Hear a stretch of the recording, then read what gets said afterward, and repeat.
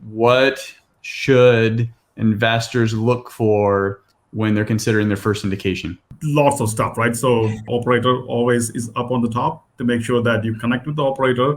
I think more importantly, how they communicate, right? Are they easy to access?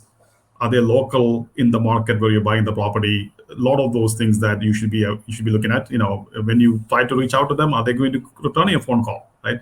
Or are they going to respond to your emails? So those are all very important. Communication is very important, and look at their track record and how many other properties they have and what their credibility is.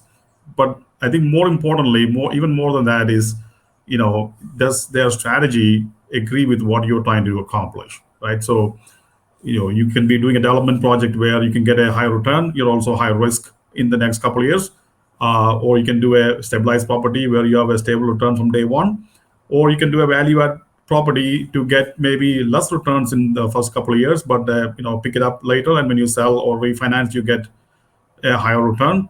So you have to look at what the operator is doing is in agreement with your own strategy about how you want to grow your wealth.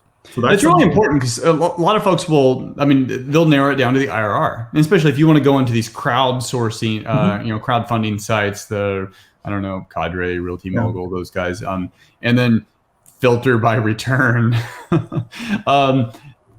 It's not always. The high return isn't always a good thing for you. Exactly. So that's exactly what I mean. That you have to look at. Okay, you can look at IRR. What is IRR? Right? It's because you have uneven cash flows, and it's kind of an annualized return when it's all said and done, when the property is sold. Now, if you want your money back sooner, then that may not be the best way to look at it, right? You may be looking at I'm not getting much of a cash flow for the first 3 years, but at the end, when they sell it in 5 years, I'm going to get a decent IRR, and I don't mind waiting as long as I get my return. So those are some of the things that you look at. But we always tell people, look at the market first. You should know which markets you want to invest in based on the fundamentals, right? I know everybody talks about it, but it's a good reminder for people to look at to see, is the market improving?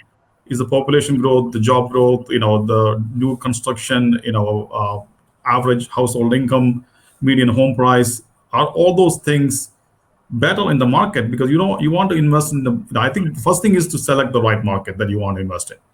You're obviously looking for a landlord-friendly, business-friendly states to invest in, so that way there are no regulations or law changes that may surprise or impact your returns. Then you look at the location of the property and make sure that's a good location. So you start with the market, narrow it down to the sub-market and the location of the property.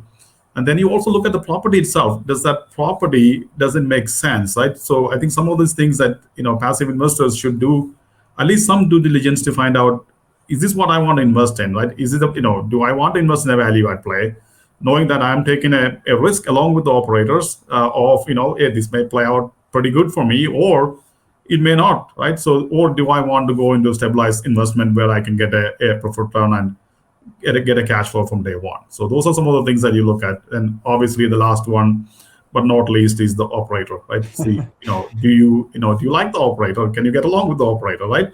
And I also tell people to look at, a lot of passive investors want to become active, or they want to become syndicators or co-sponsors. You also look at, is this the team that I want to work with? So in my own example, I invested with certain groups, knowing that those are the people I may want to partner with in the future as co-sponsors. So I have the same personality, or I like them personally.